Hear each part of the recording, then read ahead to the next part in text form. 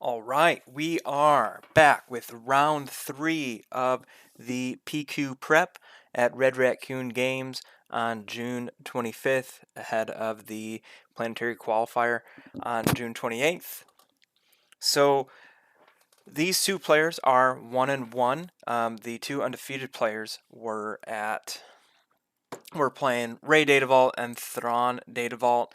It's going to be a very slow, grindy match, so the group chose to pick a more exciting matchup. So we've got Taylor on the left playing Quinlan Tarkintown versus Mitch with the Piett Red. Not a matchup that has had a lot of footage out there, so we thought it'd be pretty cool to see. So Mitch started with the droid bomber, and Taylor brings out the A-wing, pinging the bomber with Quinlan's ability. Here we're on the second turn, and Mitch goes 2 to base with the bomber.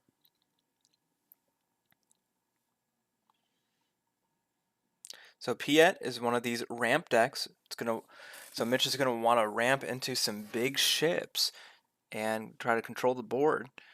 Taylor is definitely going to be the aggressor here, going 3 damage to base. And here we see the super laser tech come out to help that ramp, and Taylor just gets a lot of units out in the space. We see the Millennium Falcon come down. Mitch is going to claim, and Taylor's going to clear the bomber. 2 damage back on the Falcon. For those of you that participated in the Red Raccoon Planetary Qualifier, you may have recognized Taylor. She was one of the judges, and Mitch was also playing, rocking this Piett red deck there. He went 5-2. Good job, Mitch. So Mitch has the initiative here. He's going to want a target to kill that super laser tech, but Taylor's avoiding putting anything on the ground. I stand corrected. Here comes the Ahsoka Tano, discarding a card from Mitch's hand. And now, if it's a unit, she can exhaust that super laser tech.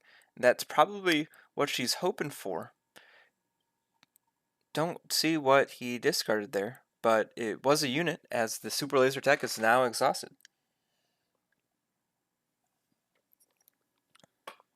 With this matchup, Taylor going into the space, the card resupply may have been a better option for Mitch. Taylor just trading in space, avoiding any shenanigans. Now, with Mitch having the initiative, he's probably going to run the super laser tech into Ahsoka Tano and go up to 6 resources. And remember, with Piett's leader ability, Piett can discount playing capital ships, so he can get something that is cost 7 out. Now, if he defeats the super laser tech and gets Piett out while Piett is flipped, that discount is 2. So we might even see like an Arquitens, or yeah, I think that's the only 8-drop ship he's running. So Mitch at 3 damage on his base, Taylor at 2, but Taylor having both Quinlan and Ahsoka out. A lot of cards in hand. We see 5 being tapped, and the Plo Koon coming down, dealing 6 to Piett with that coordinate, and using Quinlan's leader ability, dealing 1 more damage, as Piett costs 5 and Plo costs 5, so taking out Piett. Really good heads up play by Taylor here. And Mitch can only just play the M30 Assault Frigate. Taylor just goes into base with the rest of her units, bringing Mitch up to 9 damage.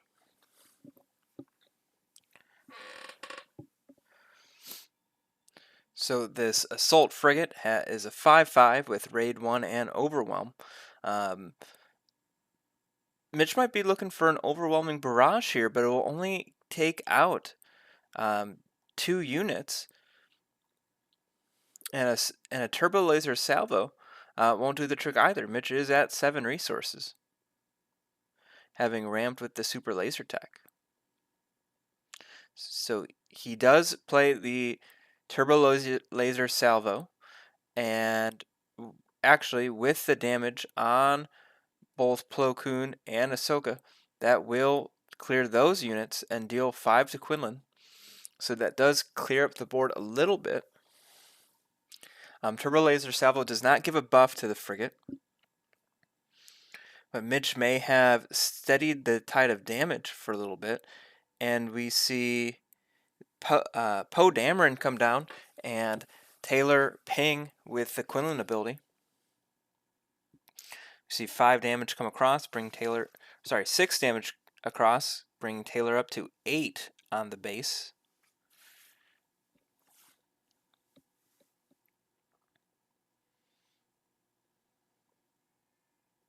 We see Force Throw, forcing Mitch to discard from his hand. Don't see what came down, but it was big as it defeats the assault frigate. So while Mitch is getting high up in the resources and can start playing some big ships, Taylor seems to have control of this game, having 2 strong units here. Mitch looks like he's at 8 resources.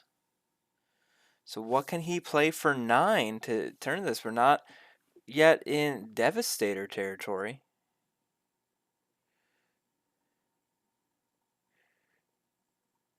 Oh, I mean, old Devastator. We do see the new Devastator. He's going to deal 4 to Quinlan of the indirect damage.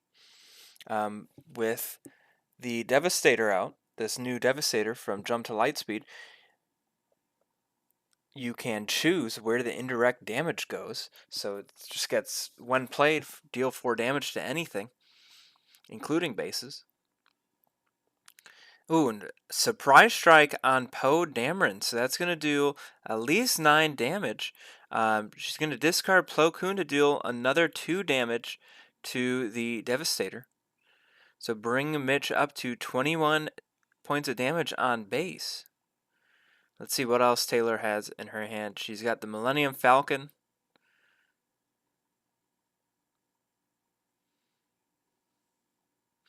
And she hasn't used Tarkintown yet, so if she wants to avoid maybe getting hit by a planetary bombardment with all the damage going to base, she might be thinking about just ramming the Falcon in to the Devastator, but actually she goes right to base, bringing Mitch up to 27, putting him in the danger zone.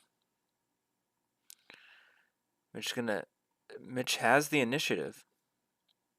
So planetary bombardment could clear the board and deals some damage to base. Resources of Viper probe droid on the Piett side,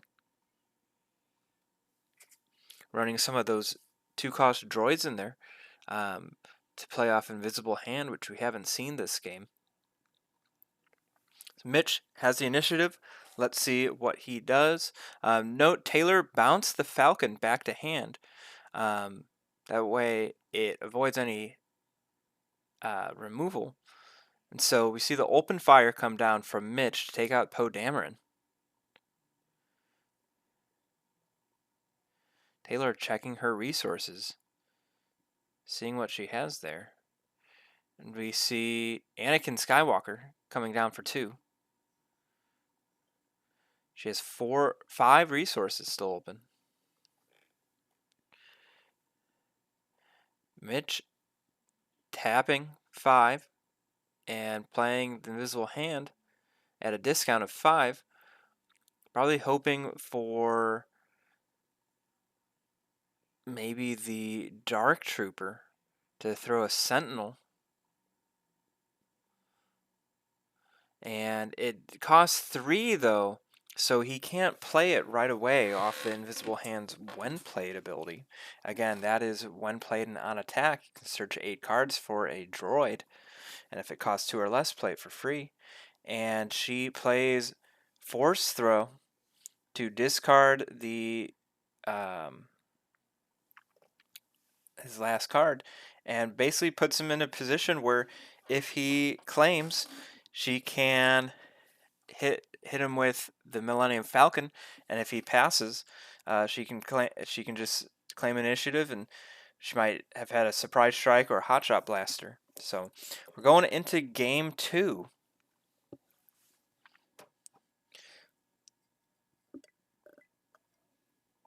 Taylor did a great job of delaying the ramp from Piett, going space at the beginning so the super laser tech couldn't swing into anything, delaying the Piett game plan of a fast ramp into big ships and an overwhelming barrage or a turbo laser salvo. Mitch has initiative here. He's hoping to see maybe a resupply or some removal to keep Taylor's board clear. And so here we see the Kylo's TIE silencer. Now we see the crafty smuggler, and Taylor is going to use Quinlan's ability to ping the silencer. Not using Tarkintown. I don't think we saw Tarkintown being used last game. Though Taylor pretty much had an answer to everything. She didn't necessarily have to use it. Playing a great game, just keeping the board state in her favor. Mitch on the initiative.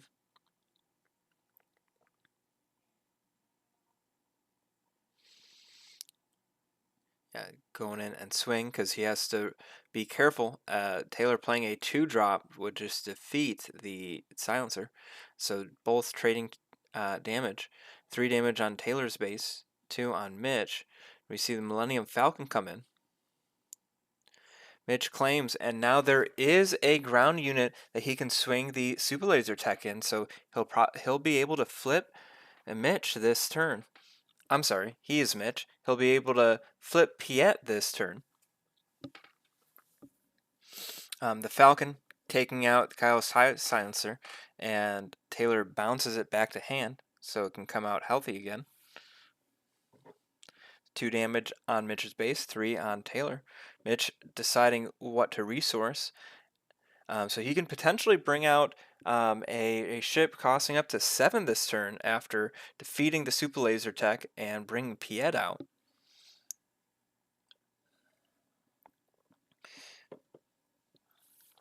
Can't quite see what's in the hand, but we now see him go up to 5 resources.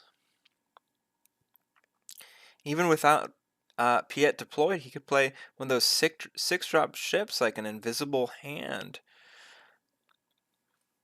and start bringing out droids into the ground arena. We see the Millennium Falcon come out, and he goes ahead and plays that invisible hand and is going to search 8 cards for a droid unit, hoping for something that costs 2 that can immediately hit the board.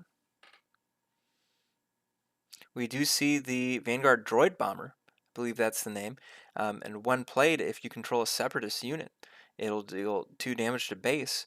So being able to ramp and just start putting damage out.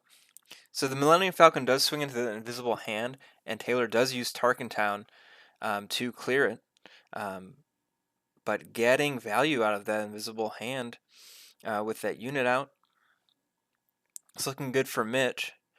Taylor takes the initiative, and Mitch has those 2 units out and against a clear board.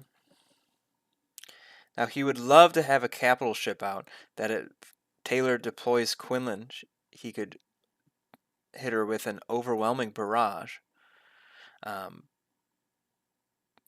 So Quinlan's deployed. She might be hoping to get, she can't get a second unit out to play Plo Koon at full power. So that is one thing Mitch has going for him. We see the super laser tech in hand.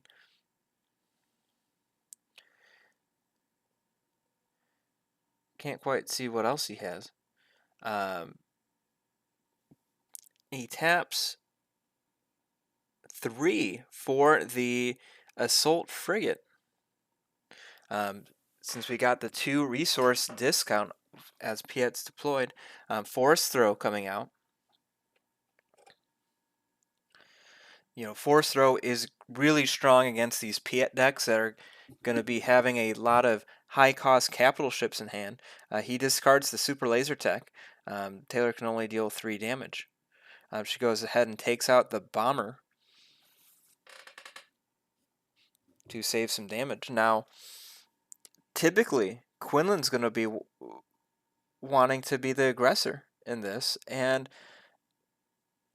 it's almost like she has to play control and try to take everything out. And I think in the long term, this is going to favor Mitch. Now, she does hit him with another force throw, and without a hand, Mitch can't play big units. We see the Relentless being discarded, allowing Taylor to take out the assault frigate.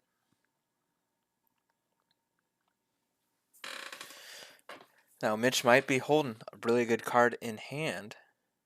Looks like he claims the initiative, and Taylor passes with 2 resources open. Let's see. I think we see another Vanguard bomber. I think that was resourced, and it looks like there's a Devastator in hand, the red jump to lightspeed Devastator.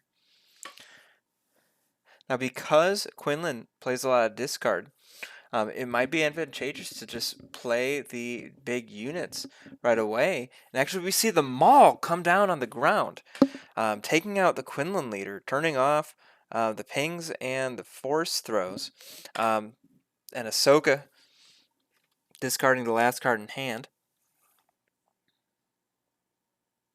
It was a unit, and so we see Piett exhausted. Mitch claims we go to the next turn. So this Maul could take out the Ahsoka at expense of dying, as it only has 3 health left. Now, something like an overwhelming barrage might be good. But we just see the Maul trade with the Ahsoka, dealing 2 damage to base off of Overwhelm, bringing Taylor to 9. Mitch only having 5 damage on the base. Taylor tapping all of her resources. Looks like 7. We see the Han Solo unit coming down, and has that ability where it will deal combat damage before the opponent. So Piett dealing no damage back.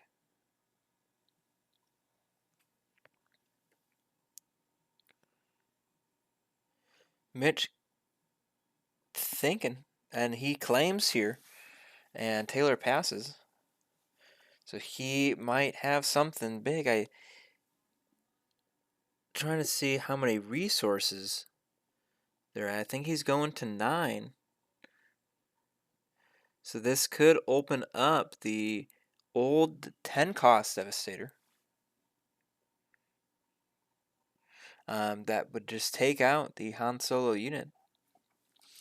And the thing about these Quinlan decks is that there's not going to be any clean removal. There might be a waylay, like a bounce effect, but it'll keep coming back. But actually, we see instead the Invisible Hand coming down at a discount for 5 resources.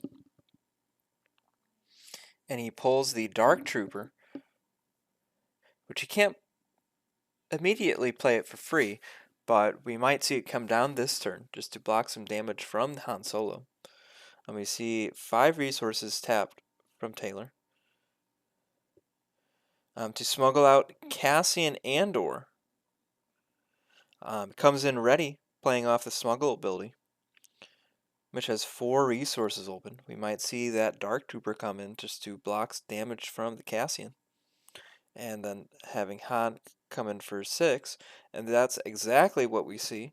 Doing 3 damage back to Cassian, and Taylor taps 3.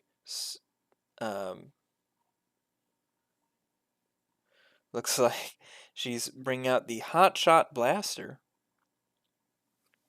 bringing Mitch up to 13 damage. So the Invisible Hand hits for 6.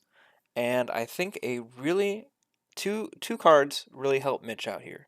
Turbo Laser Salvo and Overwhelming Barrage. Both will clear the board. Overwhelming Barrage bringing the Invisible Hand up to 8 power, dealing 6 to Han and 2 to Cassian to clear it out. Those would probably be the options Mitch is hoping for. Some other things, again, big Devastator. Could just take out Han Solo.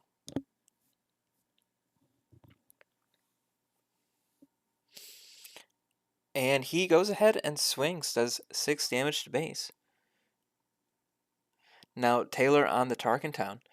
Only have 10 damage left. 15 damage. And he does get a 2-cost droid off the invisible hand trigger. That soldier, when defeated, deal 2 damage to the enemy base. Taylor swings in for 8, bring Mitch up to 21.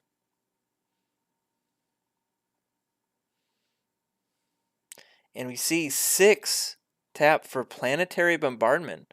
Going to do 12 indirect damage. Taylor gets to choose. If she wants to keep everything alive, that's going to be 6 damage to base, putting her at 4 away.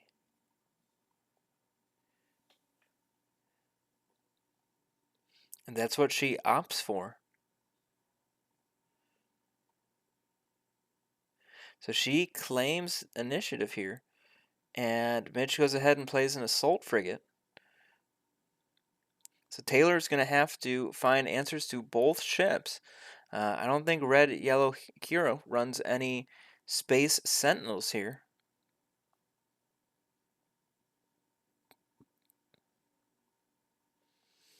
A surprise strike or another hotshot blaster could give her enough damage to take out Mitch's base, but instead she does not have it.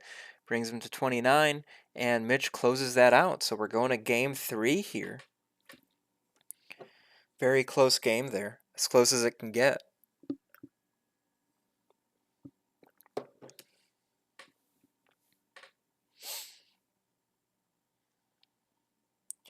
Mitch was able to get a good board presence early with getting the early ramp and just getting ahead of the Quinlan.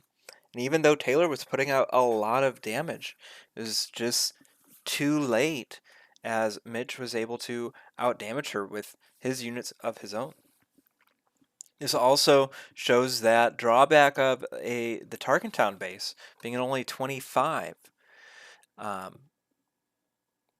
That, especially with these big capital ships, they start hitting for 6, 7, or 8. All of a sudden, 2 hits from a capital ship puts you in danger.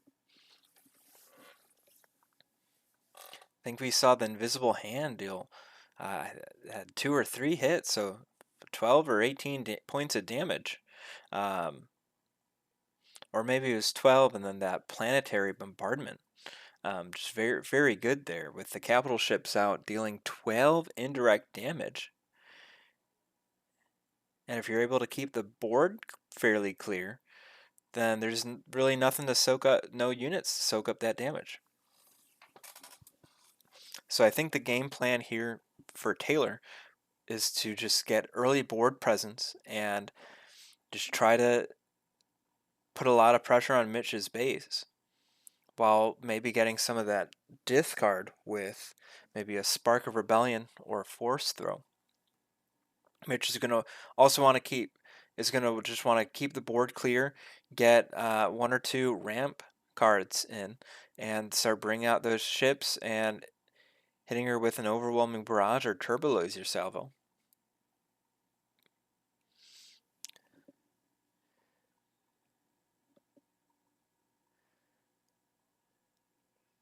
Can't quite make out the hands there. Looks like there might be the invisible hand goes to Mitch's resource row. Hate to see that. It's kind of when I've played him, it's kind of his signature spice. When he plays these Piett decks, and Mitch doesn't have a turn 1 play, and just claims. Taylor playing down the Sabine Wren unit, a 2/3, but on attack can deal 1 damage to a base or the defender.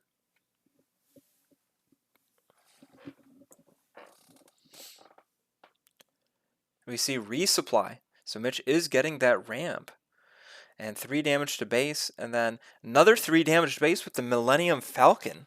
So Taylor just trying to rush that damage, going fairly aggro, and she taps one. This is the first time we've seen her tap to keep the Falcon flying in this match, signaling that she wants to end this game quickly before Mitch can get those ships off.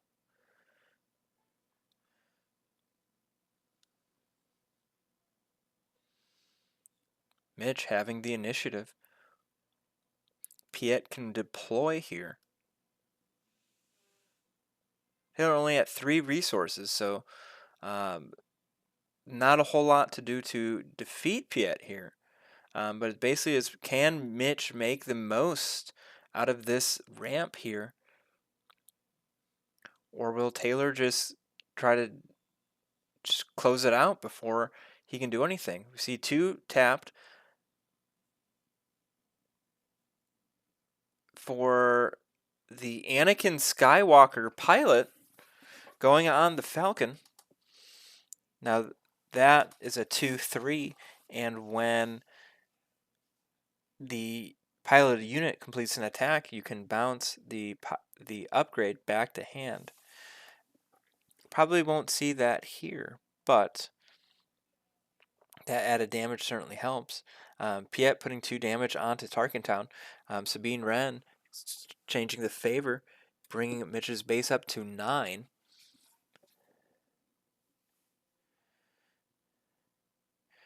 Looks like Mitch passed there, and we see another 5 damage going to the base. I think he was trying to avoid the Falcon taking out the assault frigate, but instead, I mean, the Falcon will probably still be able to take out the assault frigate, or even just do more damage to base as Taylor takes the initiative.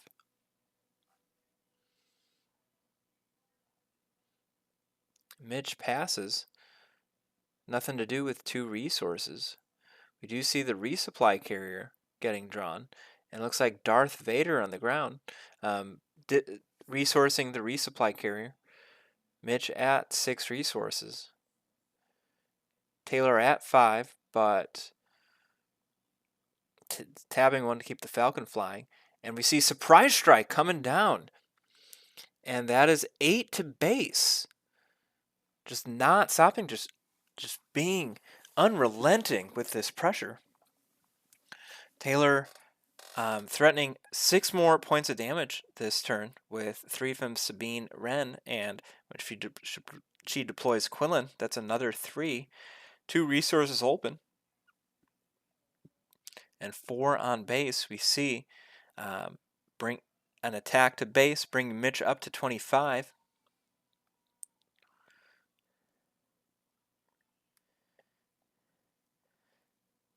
The assault frigate not dealing enough damage to clear the Falcon. He has to deal with that, or else the Falcon will just swing in for lethal. We see 5 tapped for overwhelming barrage. So it takes out the Falcon.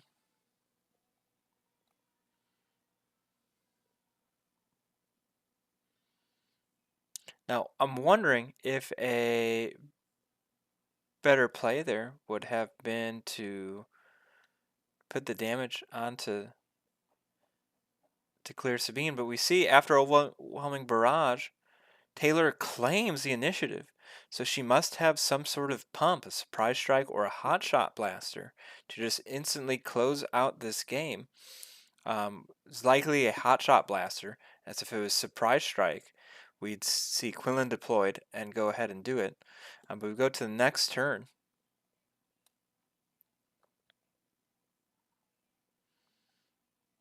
And Taylor checking the resources row, we see the hotshot blaster. And there it is, dealing 5 more damage to base. Taylor takes the match 2-1, recognizing that unrelenting aggression early on from Quinlan, especially with Mitch missing a turn 1 play, was the way to go there. So good job to both players. That was an exciting match. And hope to have you watch the next video. See ya.